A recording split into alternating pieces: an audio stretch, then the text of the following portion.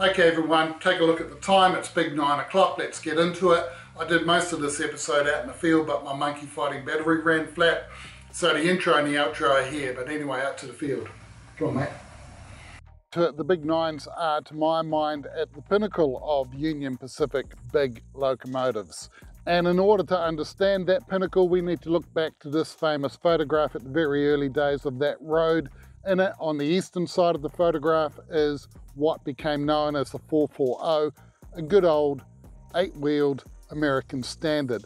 That particular locomotive technically is nothing extraordinary. It's simply one of a huge number of locomotives of that type. It is historical because it features in that photograph and because it's part of a larger collective. If we fast forward a few decades and get close to the end of the 19th century, the Union Pacific roster is made up of typical 19th century types.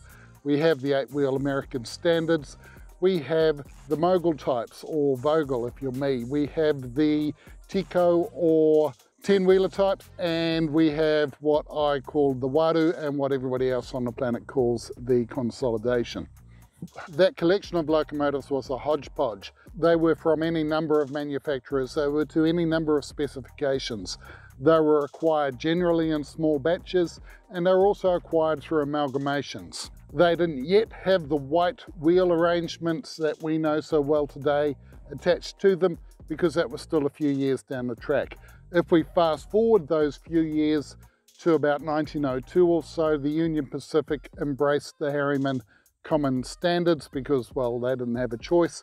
Those common standards looked to pull locomotive purchasing across the Harriman roads and also looked to take a leaf from the Baldwin book perhaps and have common components across different locomotive types.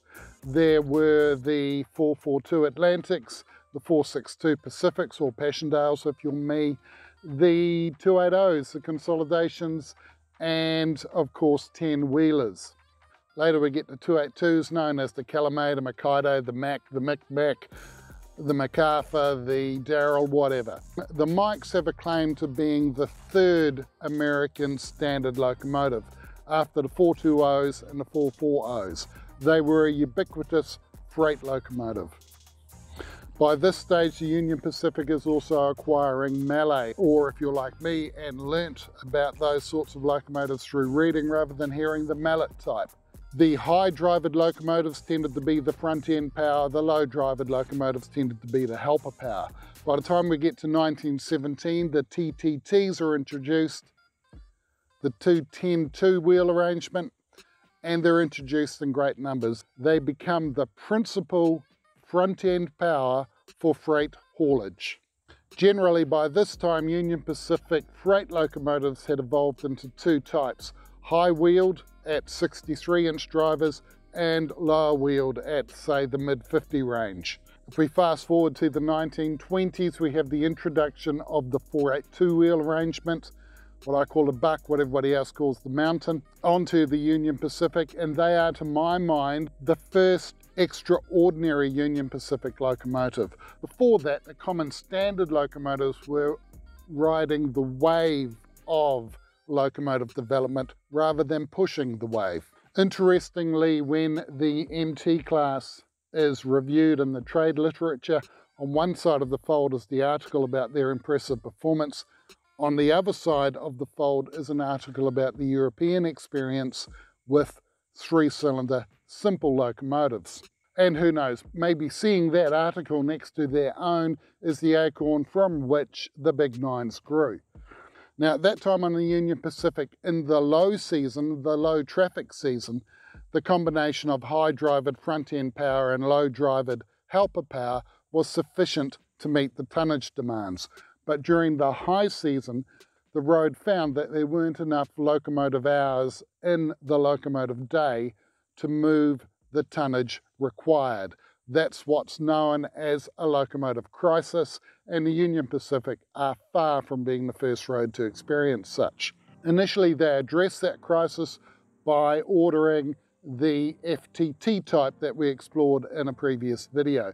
Now, it might be easy to think that since there were so few FTTs and the big nines followed with significant numbers, 88 in total, that the FTTs were a failure of some description, but that's not the case.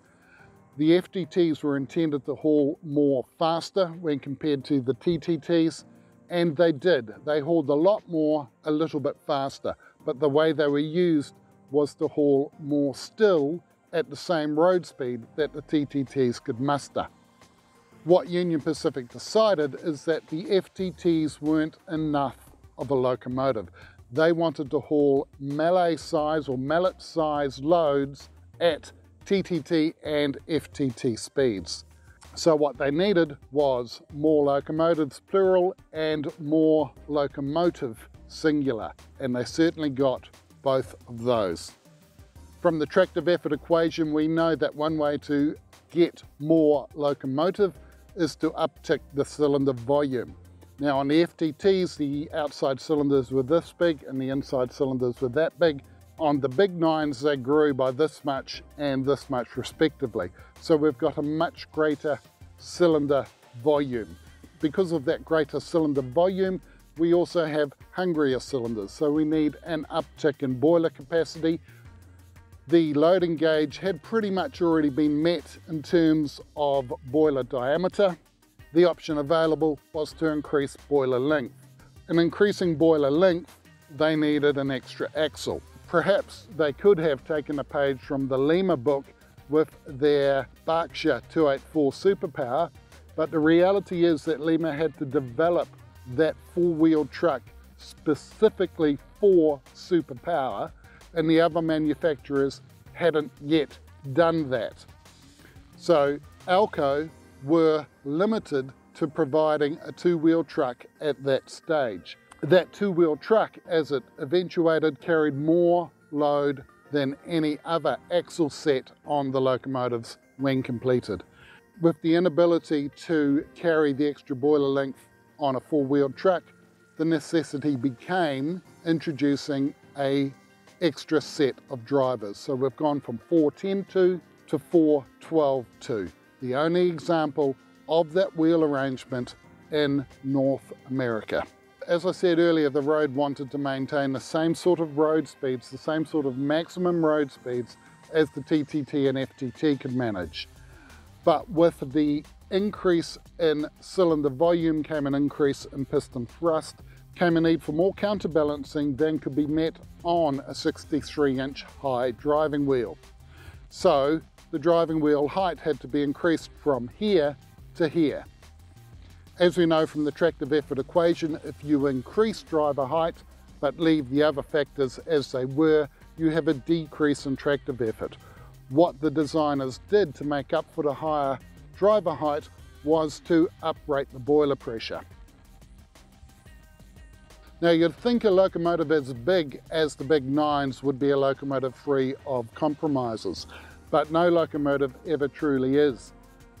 And with the big nines, there's two examples. One is the Firebox itself. It looks voluminous from the outside, but the reality is that the grate area is smaller than the floor of the Firebox. A grate by definition is the area where the air comes up underneath to enable combustion. But with a single carrying axle underneath the Firebox, there was a need for the Firebox to also be carried by the rear drivers. As a result, the gains wall, which is an upright wall, knee height I guess, in the Firebox, designed to prevent uncombusted material being drawn into the tubes and therefore increasing the wear of the tubes, it sat behind the last drivers, but the floor area of the Firebox continued above that rear driver. Another compromise was that the maximum length of boiler tube was set at 22 feet. Now the TTTs and the mountain types that I talked about earlier also had boiler tubes of that length. So I think that that's a product of the standardization philosophy in Union Pacific. That led to two other quirks of the design, I guess. One is that the combustion chamber is quite large for the time. The other is the distance between the front plate of the boiler barrel and the center of the exhaust ports and the stack. That's quite a large distance compared to contemporary locomotives. So with all of these compromises, I guess the natural question is, why didn't the road go for 4-cylinder articulated simple types? The answer to that, I guess, is that the ability of a boiler to produce sufficient steam for 4-cylinder simples hadn't yet been satisfied reasonably in the minds of the Union Pacific design staff. They also had their own experience to fall back on with their own Mallet types, and also the experience of the FTTs, which had tested exceedingly well compared to the Mallets and the TTTs.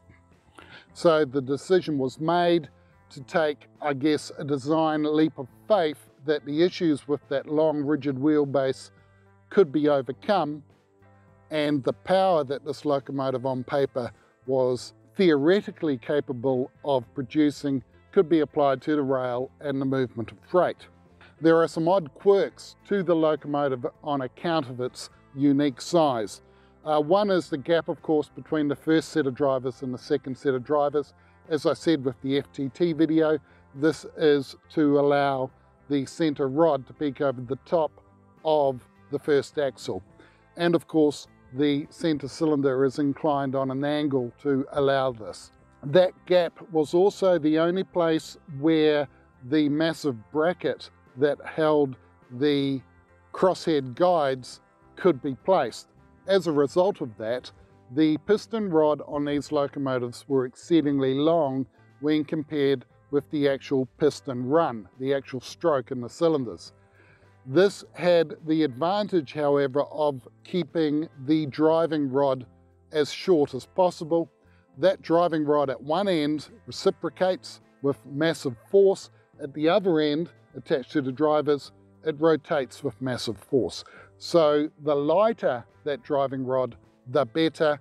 The shorter the driving rod, the lighter the driving rod.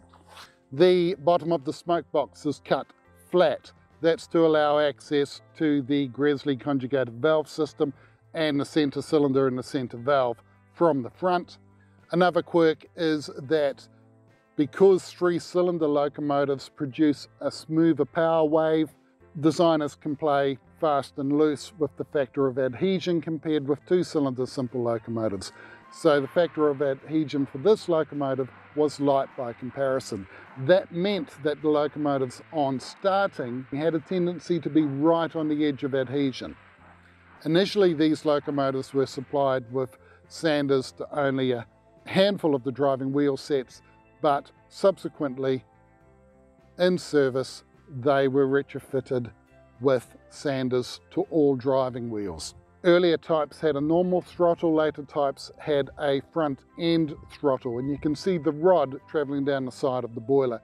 It also made control of a locomotive that was always on the edge of adhesion at starting much more precise, much more immediate.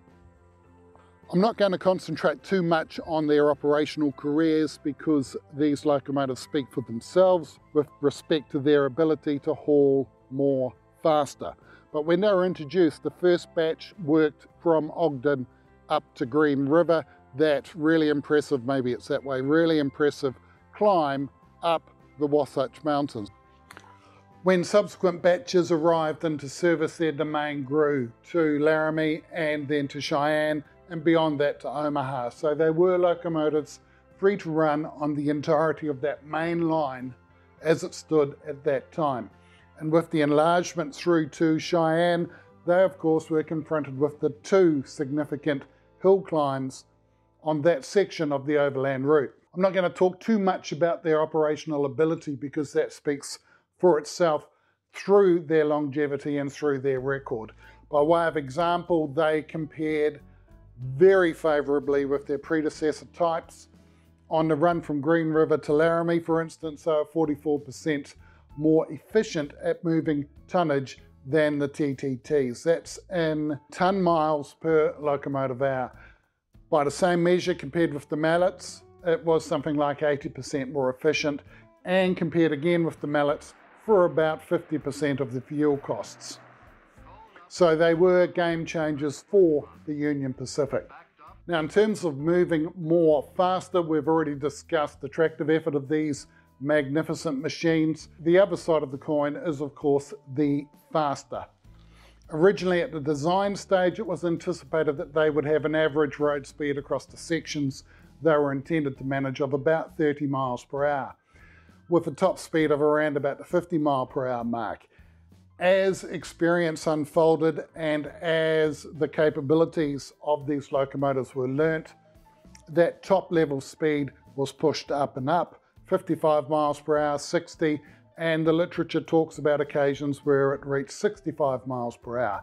Now, watching one of these beasts haul past at 65 miles per hour would have been beyond impressive. Maintenance, though, of course, reared its head. We are talking about 3-cylinder locomotives, and they have an Achilles heel with that central big end bearing. What the maintenance personnel found was that if the top speed was limited to 50 miles per hour, the maintenance costs were kept at a level that meant the locomotives made sense financially. Above that speed, and the benefits gained weren't sufficient to cover the extra costs of maintenance. When the Challengers were introduced, they suffered a loss of domain. They were pushed out as the numbers of the Challengers rose and as the big boys came online to the edges of empire. But when they were concentrated on that main line, it meant that their maintenance tasks were also concentrated into a few depots, and the maintenance tasks were mastered thereby. There's a famous recording of the exhaust beat of a Big 9.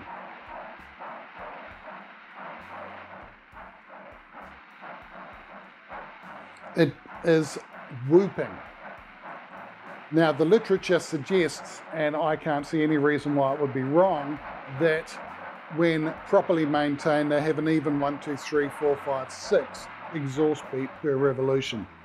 Similar, I would imagine, to the 3-cylinder simple locomotives that are in live steam in the UK, and for which you can find numerous videos on YouTube. Now, I think that the recording is of a locomotive that is suffering through deferred maintenance. The reality was the recording happened in the last few years of big steam on the Union Pacific. The reality was also that as they got pushed out to the edges of empire, the quality of their maintenance would have suffered. Add into that World War II and the shortage of labour, and you have those older type of locomotives that were really feeling their age by the time hostilities ended. And we can see in our subject photograph, third from camera, that is in secondary duties as a helper locomotive, and if we read the blurb, it does suggest quite strongly that it's a victim of deferred maintenance. It's not beyond the realms of possibility that once that particular locomotive made it to depot, that it was shunted out onto the storage tracks and left to rot. The reality was that there were newer, more modern types of locomotives with the Challengers and the big boys, and that amongst the big steam fleet, there was no shortage of locomotives to do the helper work. We also have dieselization occurring. There simply wouldn't have been the economic imperative, as there once would have been, to keep these locomotives up to spec and keep them in frontline service. Right, so there we have it with the Big 9s. There's plenty more to these machines as evidenced by their size. In the next episode, I'll have a look at the final locomotive in our subject photo, the Challengers.